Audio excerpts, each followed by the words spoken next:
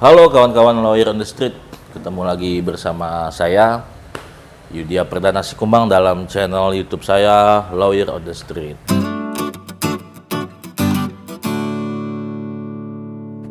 Nah, apa kabar teman-teman semua? Semoga dalam keadaan sehat, selalu terhindaran dari COVID-19, tetap selalu jaga kesehatan, taati prokes, oke? Jangan lupa vaksin.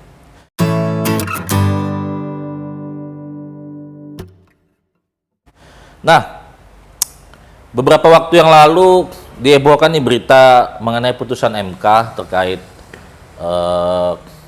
tentang ini ya, eksekusi jaminan fidusia, artinya berhubungan dengan leasing lah dan debt collector gitu.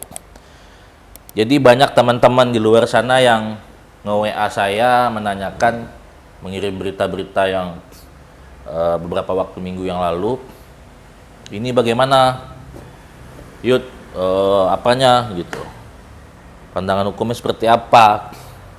Nah, untuk mengenai eksekusi jaminan fidusia itu kan yang terbaru itu putusan MK nomor 2 garing PUU 20 ya nih, garing 2021 yang merupakan putusan atas gugatan diajukan oleh Joshua Michael Jami yang merupakan karyawan di perusahaan finance dengan jabatan kolektor internal. Dalam hal itu dia selaku pemohon meminta kejelasan terkait proses eksekusi objek jaminan fidusia. Putusan sebelumnya itu dinyatakan bahwa ketika menarik kendaraan objek fidusia harus melalui pengadilan. Nah, dalam putusan yang diajukan ini intinya gugatan itu ditolak, namun MK dalam hal ini mempertegas beberapa pertimbangan hukumnya terkait kepastian atas skema atau prosedur penarikan fidusia itu tentang kendaraan. Begitu.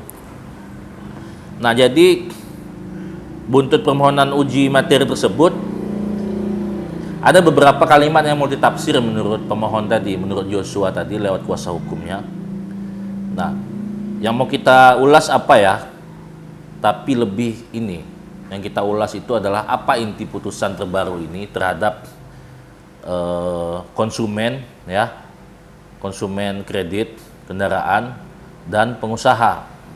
Kalau menurut saya, setelah saya membaca inti-inti putusan nomor 2 tadi tahun 2021, di halaman 83 itulah inti dari putusan tersebut. Jadi di dalam halaman tersebut saya bacakan ya, halaman 83 putusan MK ini mengatakan bahwa dinyatakan bahwa di poin 3143 pertimbangan Majelis Hakim Mahkamah Konstitusi menimbang bahwa berdasarkan pertimbangan di atas pemohon tidak memahami. Jadi mengatakan bahwa pemohon tidak memahami secara utuh putusan Mahkamah Konstitusi nomor 18 tahun 2019 yang terdahulu dalam kaitannya dengan kekuasaan eksekutorial sertifikat jaminan fidusia. Adanya ketentuan tidak boleh pelaksanaan eksekusi dilakukan sendiri, melainkan harus permohonan pelaksanaan eksekusi kepada pengadilan negeri. Pada dasarnya telah memberikan keseimbangan posisi hukum antara debitur dan kreditur. Debitur yang kredit, yang memberikan kredit, kreditur. Nah, serta menghindari timbulnya kesewenangan dalam pelaksanaan eksekusi. Nah, dalam hal ini kan sering terjadi debt kolektornya atau yang disebut mata elang tiba-tiba di jalan merampas kendaraan debitur yang dikatakan nunggak tagihan gitu. Nah, dalam putusan yang terbaru ini nomor 2 tahun 2021 ini penegasan atas putusan sebelumnya nomor 18 tahun 2019. Adapun pelaksanaannya menurut MK, eksekusi sertifikat jaminan fidusia melalui pengadilan negeri sesungguhnya hanya sebagai sebuah alternatif yang dapat dilakukan dalam hal tidak ada kesepakatan antara kreditur dan debitur. Nah, jadi dalam hal ini ketika debitur ya ditagih, diambil motornya karena dia nunggak, sepanjang dia tidak memberikan secara sukarela dan keberatan atas eh, yang dilakukan oleh debt collector ketika menarik kendaraan, maka debt collector tidak berhak mengambil begitu saja. Tapi syaratnya kita harus keberatan atas itu. Misalkan kita tidak mengakui, kita sudah tertunggak nih, kita tidak mengakui kalau memang saya masih punya itikat baik, contoh seperti itu. Saya masih punya itikat baik untuk membayar. Kalau memang menarik, silahkan gugat ke pengadilan. Nah, hal itu salah satu tips untuk menghindari eksekusi yang dilakukan secara sukarela tadi. Jadi kita tidak mengakui adanya wan prestasi dari kita yang sebagai penunggak atau debitur. Ketika itu penyerahan secara sukarela, contoh, ini saya tarik motornya, Anda sudah menunggak, gitu. Diambil motor itu, iyalah Bang, silahkan. Kami memang tak sanggup bayar lagi. Itu tidak ada masalah. Tapi ketika jadi masalah, harus diuji ke pengadilan ketika kita berkeberatan atas itu, atas perbuatan debt collector itu. Nah, jadi itu memberi keseimbangan menurut MK dengan posisi hukum antara debitur dan kreditur, si pemberi kredit sama penerima kredit. Jadi jangan khawatir untuk kawan-kawan yang menunggak, ya. Sepanjang saudara, kawan-kawan di situ tidak berkeberatan atas penarikan kendaraan tersebut atau objek fidusia yang mau ditarik, itu saudara bisa mengatakan bahwa jika ingin menarik, silakan gugat ke pengadilan. Dalam hal ini kami tidak akan memberikan kendaraan ini dan kami tidak mengakui kami wan prestasi, kami ada membayar. Kami akan bayar. Nah, misalkan dengan mengangsur atau seperti apa. Seperti itulah gambaran putusan yang nomor 2 tahun 2001 putusan MK ini. Jadi penegasan MK intinya menolak permohonan tersebut tapi menegaskan kembali bahwa sejatinya menarik kendaraan debitur yang menunggak diperbolehkan sepanjang debiturnya mengakui bahwa dia sudah menunggak pembayaran atau dia sukarela dengan sukarela menyerahkan itu.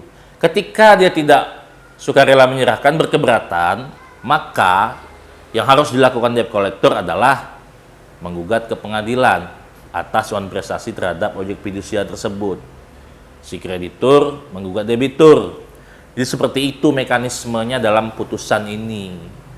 Jadi kawan-kawan semoga bisa memahami. Ini intinya putusan ini tidak terlalu berpengaruh. MK hanya menegaskan penegasan terhadap putusan yang nomor 18 tahun 2019. Jadi lebih apple to apple lah, maksudnya menguntungkan sebelah sini pun diuntungkan. Jadi tidak ada yang lebih dikatakan lebih bisa dimenangkan atas ini gitu. Artinya putusan ini membuat kedudukannya sama. Saya rasa ini putusan MK ini sudah berkeadilan menurut saya, menganulir, mengcover dari pihak pengusaha, pembiayaan maupun konsumen dari sisi penerima kredit. Jadi intinya kawan-kawan lawyer on the street, ketika kawan-kawan lawyer on the street ada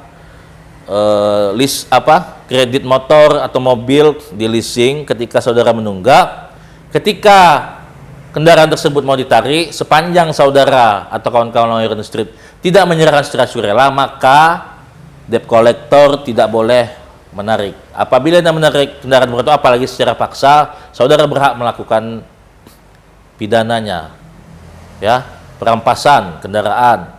Atau ketika saudara tidak mengetahui, tiba-tiba kendaraan di rumah saudara sudah diambil sama debt collector, maka itu adalah bisa dikatakan penggelapan atau pencurian, ya. Jadi kita harus pintar lagi membaca putusan tadi, memahami apa sih putusan. Jadi jangan khawatir. Namun yang menjadi perhatian, hutang tetaplah hutang yang harus dibayar, ya. Jangan sampai ketika kita ada kekuatan hukum sedikit, kita lantas tidak mau membayar itu. Nah, kesian juga, sama-sama debt collector sama-sama mau bekerja juga mencari nafkah. Saudara kredit yang punya kebutuhan atas kendaraan juga diinikan itu. Jadi intinya, sepanjang kawan-kawan secara sukarela memberikan atau mengakui adanya wan prestasi atau cedera janji atas tunggakan tersebut, maka debt collector berhak menarik. Apabila saudara berkeberatan, maka debt collector atau pihak leasing harus menggugat ke pengadilan. Jadi seperti itu ya, harus dipahami lagi. Jadi semoga apa yang saya jelaskan tadi memberikan pemahaman kepada kawan-kawan lawyer di street yang menonton dimanapun kawan-kawan berada. Semoga kita lebih bijak lagi memahami prosedur mengenai fidusia ini. Pesan saya juga satu kepada penerima fidusia, yaitu penerima kredit. Jangan sekali-sekali saudara juga menggadaikan objek fidusia kendaraan yang Anda kredit, karena itu masih kredit. Ketika itu Anda alihkan, saudara merentalkan, menyewakan, menjual, menggadai, pihak leasing bisa melaporkan saudara mengenakan dengan undang-undang leasing.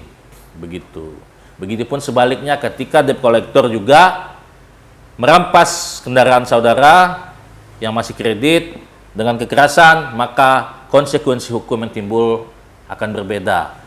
Apakah dirampas rampasan, apakah dicuri, bisa saja hal itu terjadi nantinya gitu. Jadi sama-sama hati-hati, baik kreditur maupun debitur untuk hal ini.